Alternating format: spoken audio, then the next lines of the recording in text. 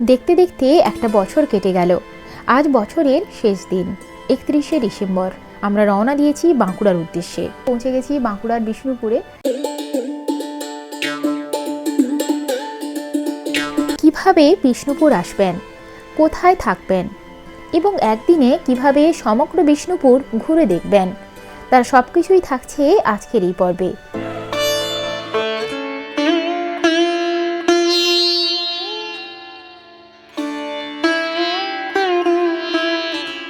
আমরা এখন রয়েছি মদন মোহন মন্দিরে।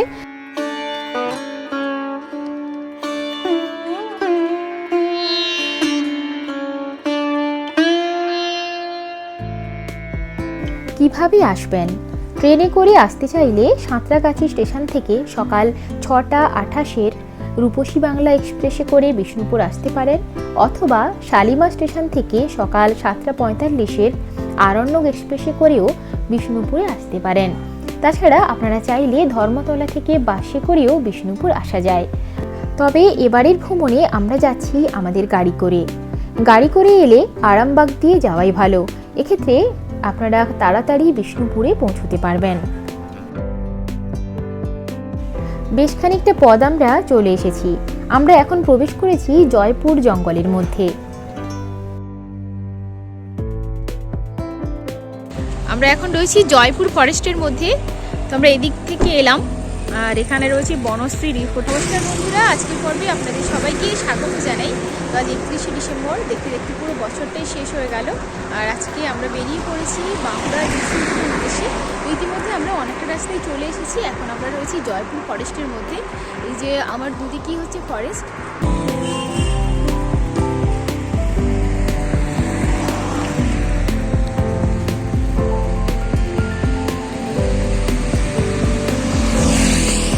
চাইলে আপনারা এই বনশ্রী রিসর্ট থেকেও ব্রেকফাস্ট এবং চা খেতে পারেন।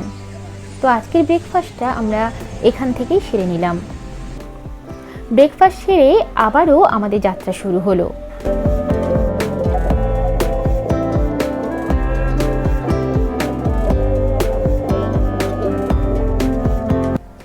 এবার আসি কোথায় থাকবেন। বিষ্ণুপুরে রাসমঞ্চের কাছে এবং বাস স্ট্যান্ডের আশেপাশে স্বল্প খরচে থাকার জন্য বেশ কিছু হোটেল রয়েছে। তাছাড়া ভালোভাবে থাকতে চাইলে WBTDCL এর Bishnupur tourism property best option. আমরা এখন চলেছি জয়পুরের জঙ্গলের মধ্য দিয়ে। এই জয়পুর জঙ্গলের মধ্যে লাক ভালো থাকলে হাতির দেখা কিন্তু মিলতে পারে। জঙ্গল ছাড়িয়ে আমরা এখন চলে এসেছি বিষ্ণুপুরে। কলকাতা থেকে বিষ্ণুপুর আসতে 3.5 থেকে 4 ঘন্টা সময় লাগে। ইতিমধ্যে আমরা বিষ্ণুপুরে পৌঁছে গেছি, আর এখানে পৌঁছে আমরা হোটেলেও চলে এসেছি। এখানে পাশাপাশি দুটো রুম, ওইদিকে রয়েছে ওপেন টেরাস হোটেলের রুম আমাদের। তো এদিকে একটা বেড রয়েছে, আর এসিও রয়েছে, ফ্যান রয়েছে। এদিকে একটা টিভি রয়েছে, এখানে একটা সোফা, টেবিল, এদিকে একটা ছোট্ট ফ্রিজ রয়েছে, আর এখানে একটা ওয়ার্ড্রপ কাম ড্রেসিং টেবিল রয়েছে।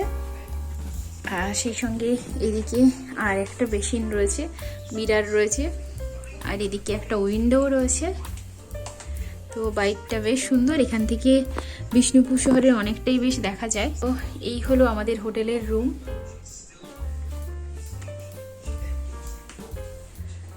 এদিকে রয়েছে অ্যাটাচ বাথরুম। বাথরুম বেশ পরিষ্কার পরিচ্ছন্ন। এখানে বেসিন রয়েছে, মিরার, গিজার সবই রয়েছে, কোমোড রয়েছে এদিকে।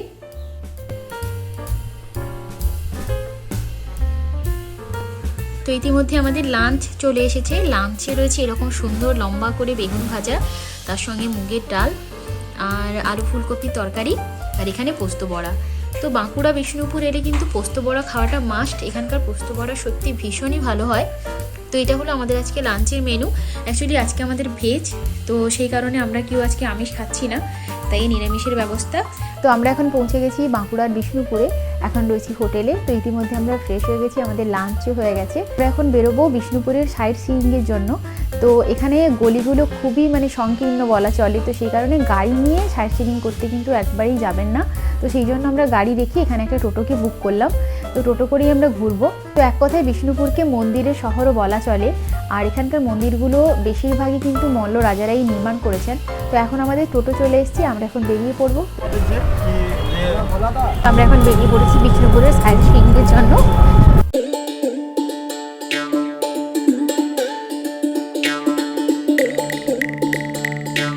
মহকুমা শাসকের কার্যালয় এখানে রয়েছে, আর পাঁচিলটা দেখুন কি সুন্দর ডিজাইন করা,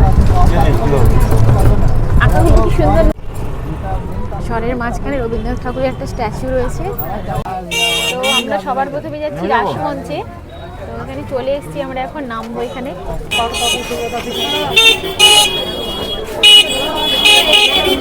তো আমরা এখন রাসমঞ্চের দিকে যাচ্ছি, আর এই সামনেই রয়েছে রাসমঞ্চের মন্দিরটা।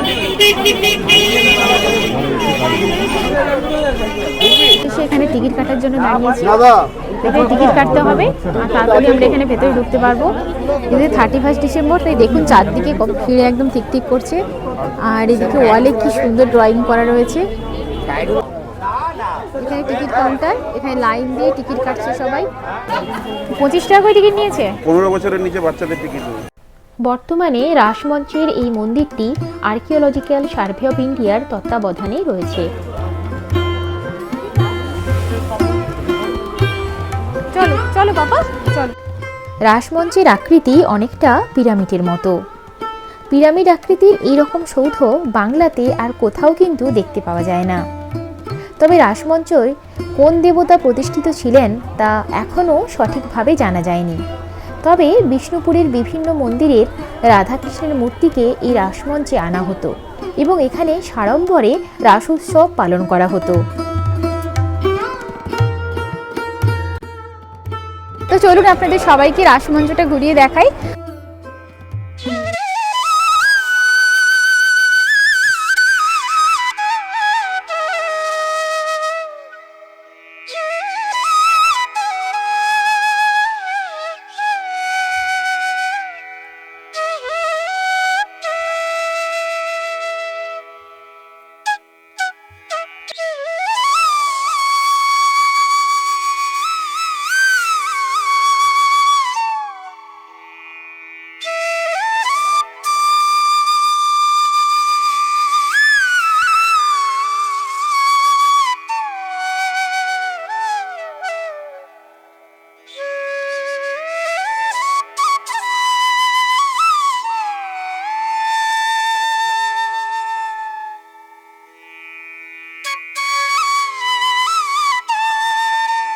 ভেতর দিয়ে ঢুকে এসে ভিতরে একদম মেজের মতো রয়েছে, আর এখানেই আগে ছিলেন মদন মোহনজি, এখন আর কোনো মূর্তি নেই।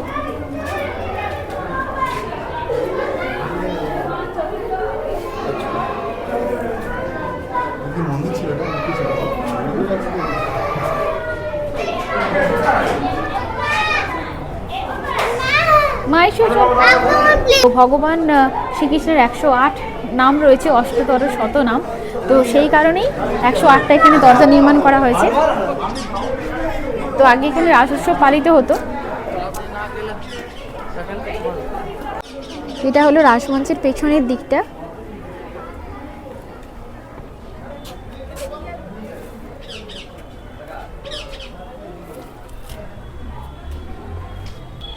এটা আরেকটা সাইডের দিক। এই রাসমঞ্চটি মাকড়া পাথর বা ল্যাটেরাইট পাথর দ্বারা নির্মিত, তবে আবার অনেকে একে ব্রিক টেম্পলও বলে থাকেন। আমরা এখন রয়েছি বাঁকুড়ার বিষ্ণুপুরের রাসমঞ্চে। 16শো শতাব্দীতে মল্লরাজ বীর হাম্বির এই রাসমঞ্চ নির্মাণ করেন। 108টা দরজা রয়েছে। ভগবান শ্রীকৃষ্ণের যে 108 নাম রয়েছে, অষ্টতর শত নাম, তো সেই নাম অনুসারে এখানে দরজা রয়েছে।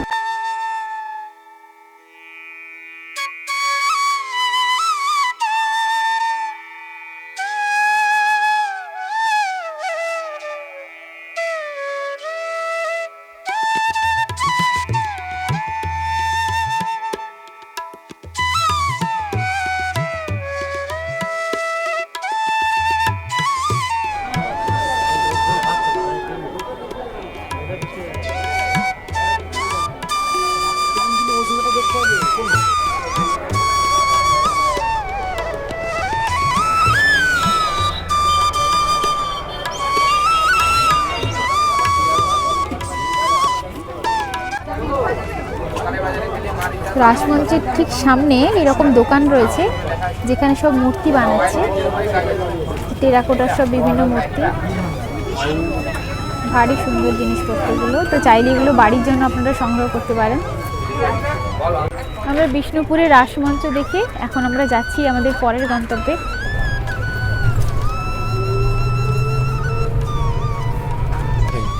বাবা কি সুন্দর দেখো। আচ্ছা, তো ইতিমধ্যে আমরা পৌঁছে গেছি মদন মোহন মন্দিরে।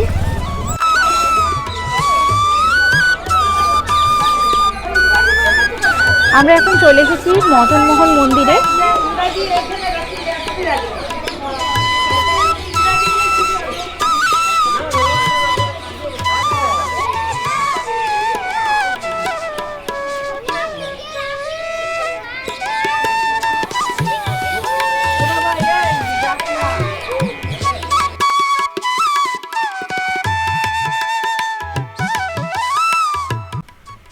ষোলোশো 94 খ্রিস্টাব্দে মহারাজ দুর্জয় সিং মদন মোহন মন্দিরটি প্রতিষ্ঠা করেন। তার জীবনের অক্ষয় কীর্তি হল এই মন্দির প্রতিষ্ঠা। বিষ্ণুপুরের ঐতিহ্যমণ্ডিত টেরাকোটার মন্দিরগুলির মধ্যে এই মন্দিরটি হল অন্যতম।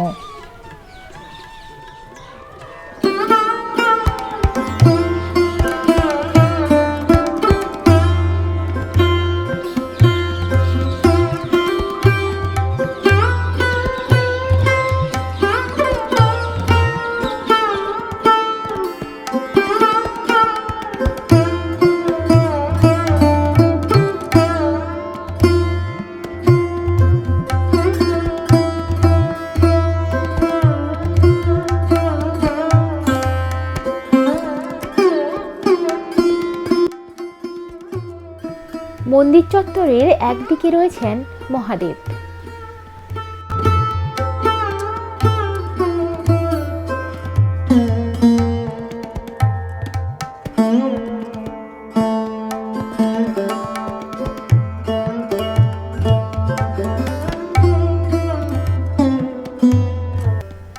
এটি হলো মূল মন্দির। এই মন্দিরের মধ্যেই রয়েছেন বিষ্ণুপুরের প্রাণের ঠাকুর মদন মোহন। বিষ্ণুপুরের বেশিরভাগ টেরাকোটার মন্দিরগুলো এরকমই, মন্দিরের মাথায় রয়েছে একটি মাত্র চূড়া। চলুন মন্দিরের মধ্যে যাওয়া যাক।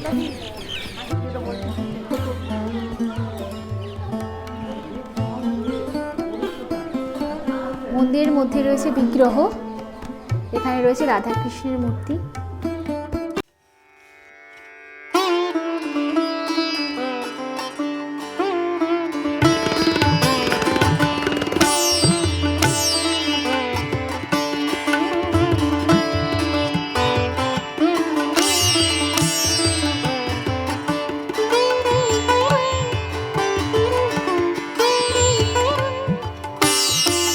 আমরা এখন রয়েছি মদন মোহন মন্দিরে। বিষ্ণুপুরের ঐতিহ্যমণ্ডিত টেরাকোটার মন্দিরগুলোর মধ্যে এই মন্দিরটি হলো অন্যতম। এই মন্দিরের গাত্রে দেখুন রয়েছে অপূর্ব সুন্দর কাজ। কোথাও এখানে বর্ণিত হয়েছে যুদ্ধের দৃশ্য, কোথাও রাসলীলার দৃশ্য, কোথাও কৃষ্ণলীলা, এই সমস্ত দৃশ্যগুলো এখানে সুন্দরভাবে ফুটিয়ে তোলা হয়েছে। তো অপূর্ব সুন্দর এই কাজ, তাই বিষ্ণুপুর এলে আপনারা রাসমঞ্চের সঙ্গে সঙ্গে এই মন্দিরটাও ঘুরে দেখবেন। আর এখানে রয়েছেন রাধাকৃষ্ণ, মানে এখানে বিষ্ণুপুরের প্রাণের ঠাকুর যিনি মদন মোহন। আর এই মদন মোহনের এখানে নিত্য সেবা হয়।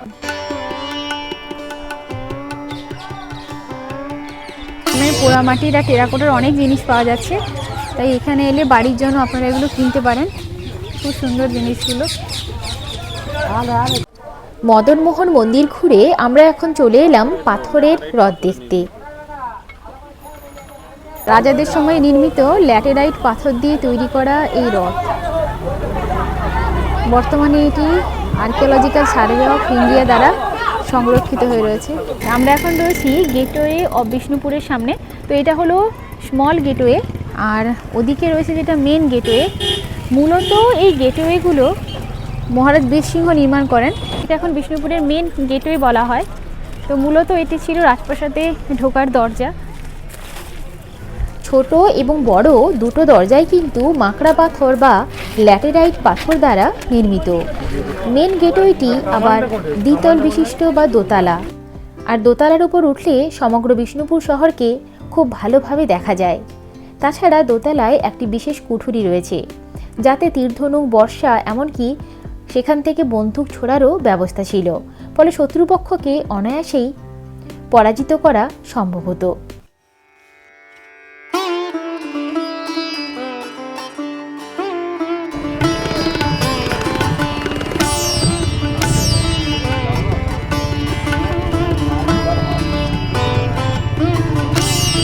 মেন গেটওয়ে দিয়ে বাইরের দিকে বেরিয়ে এলে সামনেই রয়েছে মহারাজ বীর হাম্বির উদ্যান।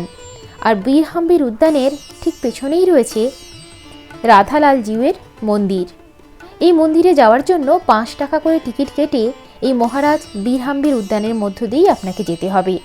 এটি হলো রাজবাড়ি, অর্থাৎ মল্ল রাজবাড়ি, যার বর্তমানে কিছুই অবশিষ্ট নেই, রয়েছে শুধু ভগ্নাবশেষ। আমরা এখন রয়েছি জোড়বাংলা মন্দিরের সামনে। 1655 খ্রিস্টাব্দে মল্লরাজ রঘুনাথ সিংহ বিখ্যাত এই টেরাকোটার মন্দিরটি প্রতিষ্ঠা করেন। অপূর্ব এই মন্দিরটিতে 2টি বাংলা চালের উপর একটি শিখর রয়েছে, তাই এর নাম জোড়বাংলা। প্রকৃত নাম কৃষ্ণরায় মন্দির। কৃষ্ণরায় বিগ্রহের বর্তমানে বিষ্ণুপুর কৃষ্ণগঞ্জে রাধালাল জিউ বিগ্রহের সাথেই পূজা অর্চনা চলছে। মন্দির গাত্রে পোড়ামাটির কাজগুলিতে যেমন রামায়ণ, মহাভারত, কৃষ্ণলীলা রয়েছে, তেমনি যুদ্ধ, শিকারের দৃশ্য বর্ণিত হয়েছে।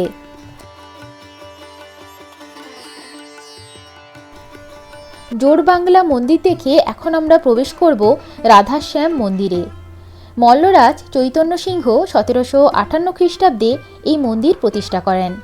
জানা যায় চৈতন্য সিংহের রাজত্বকাল এমনিতে সুখের হলেও বহিরাগত অশান্তি বিষ্ণুপুরকে বেশ বিব্রত করে তোলে। ইংরেজ শক্তি তখন বাংলাতে দাপিয়ে বেড়াচ্ছে, অর্থ সংকট দেখা যায়। কিন্তু এত সব বাধা বিপত্তিকে উপেক্ষা করে তিনি পূর্বপুরুষের মন্দির মূর্তি প্রতিষ্ঠার ধারাকে বজায় রাখেন। তিনি যথেষ্ট ধার্মিক প্রকৃতির এবং ঈশ্বর বিশ্বাসী ছিলেন বলেও জানা যায়। এই মন্দিরটিকে বুড়ো রাধেশ্যাম মন্দিরও অনেকে বলেন। এখানে কৃষ্ণমূর্তি অন্য মূর্তির তুলনায় বৃহদাকার। এই বিগ্রহের সাথে বিষ্ণুপুরের অন্যান্য মন্দির থেকে আনা বেশ কয়েকটি মূর্তির নিত্য ভোগ, পূজা, আরতি এখানে করা হয়। মৃন্ময়ী মন্দিরের পূর্ব দিকেই এই মন্দির এবং নহবতখানা রয়েছে। রাধেশ্যাম মন্দিরের বিপরীত দিকেই রয়েছে মৃন্ময়ী দেবীর মন্দির, তবে বর্তমানে ভিডিওগ্রাফি করা বারণ, তাই ভেতরটা আপনাদেরকে দেখাতে পারছি না।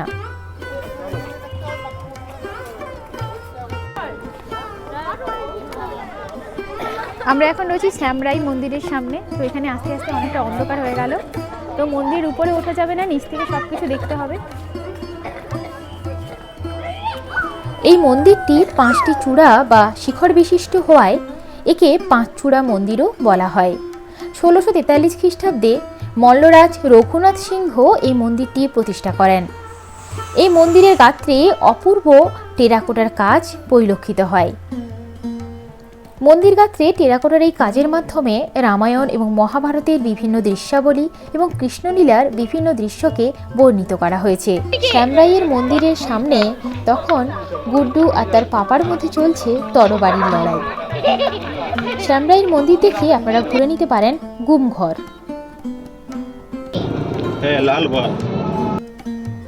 এত ঘোরাঘুরির মাঝখানে দিন ফুরিয়ে সন্ধে নামলো। আমরা এখন এসেছি লাল বাঁধে। বিষ্ণুপুরে যে 7টি বাঁধ রয়েছে তার মধ্যে অন্যতম বাঁধ হলো এই লাল বাঁধ।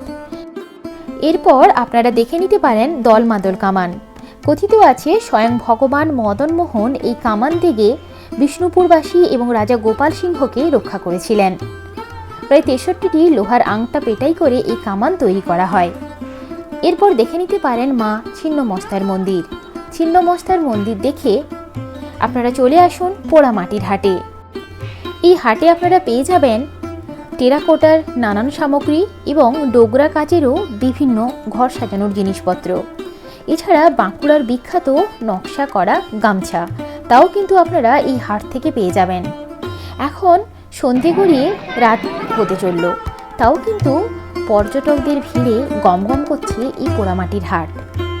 পোড়ামাটির হাট থেকে ঘর সাজানোর বেশ কিছু জিনিস কিনলাম। আজ বছরের শেষ দিন, বছরের শেষ দিনটা বেশ ভালোই কাটলো।